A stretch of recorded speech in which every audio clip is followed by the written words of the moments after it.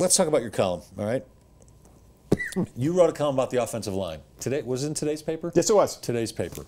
And you said, what did I say? In one line? In one line, I said that you have an offensive line now that's held together barely by duct tape and the waiver wire.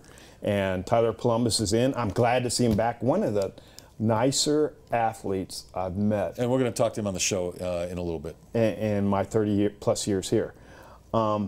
But then, as you said at the top of the show, Gary Kubiak decided to put Chris Clark at left tackle, which can work. Ryan Harris. Or Ryan Harris, excuse me. Chris Clark is gone. I'll say Chris Clark should still be here playing left tackle, which is what I advocated all off season. There's my slip-up. My slip-up was saying Chris Clark's name, but there's the Broncos slip-up in letting Chris Clark go. Because the only reason Chris Clark is not here is because John Elway drafted Michael Schofield, who will start at right tackle. Yes, he will. And as our friend Doug Moe said often, he can't play dead in a Western. That guy can't play. Michael Schofield can't play. Well, we're going to find out. And we don't know yet, but we're getting the impression. Because if he was any good, he'd have gotten some playing time last year, and he would have already gotten some playing time this year. But the coaching staff was reluctant to put him in. Okay.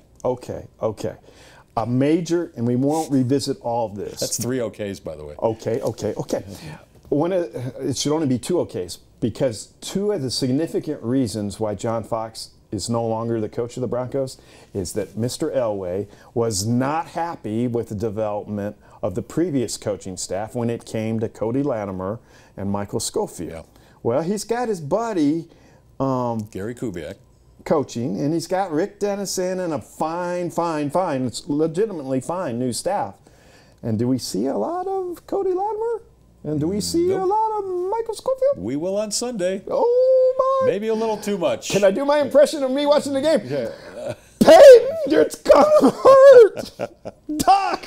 All right, Tyler Columbus is on the squad now, and he's going to be the swing guy. If there are any problems at left or right tackle, he can play both positions, primarily right tackle. Can I make a guarantee? Sure. He's going to play on Sunday. Would you start Tyler Columbus, even though he's only been with the team for 2 days? By Sunday, it'll be 4 days, and won't have had a lot of practice time with this offensive line. Would you start Tyler Columbus right now at right tackle instead of Michael Schofield? Okay. May I say something? Yes. I would. Okay.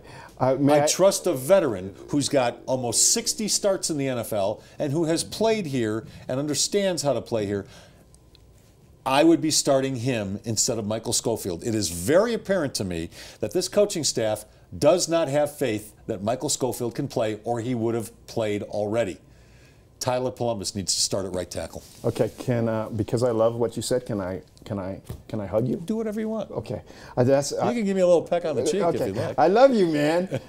Let me put it this way. If you're saying that by Sunday Tyler Columbus will have 4 days back in Denver, Colorado, where he grew up, I would put it this way. If Schofield's starting at right tackle, if that's what you've got, if Tyler Columbus playing from Atlanta didn't land to the middle of the second quarter and he didn't show up on Sunday until just after halftime, I'd put him in the game as soon as he got his socks on, before he got his cleats on.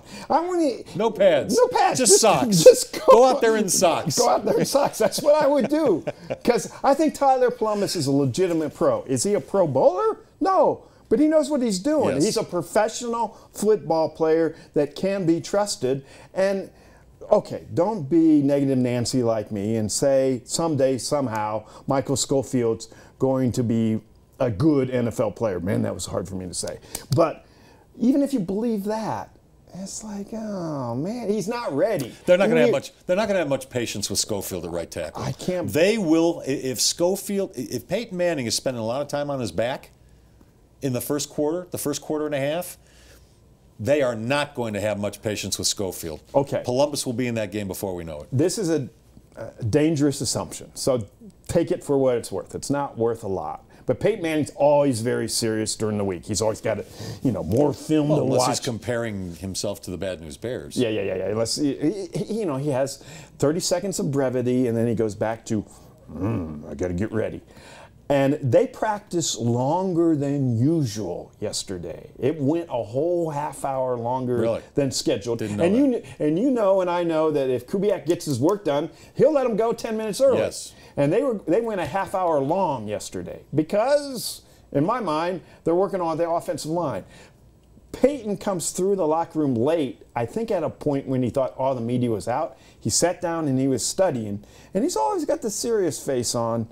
But that face was like, the Mission Control Apollo 13 face there. That was like, I don't know how we're going to do this face, how we're going to get this one done. Well, there's even more question about the offensive line. There might be even more question.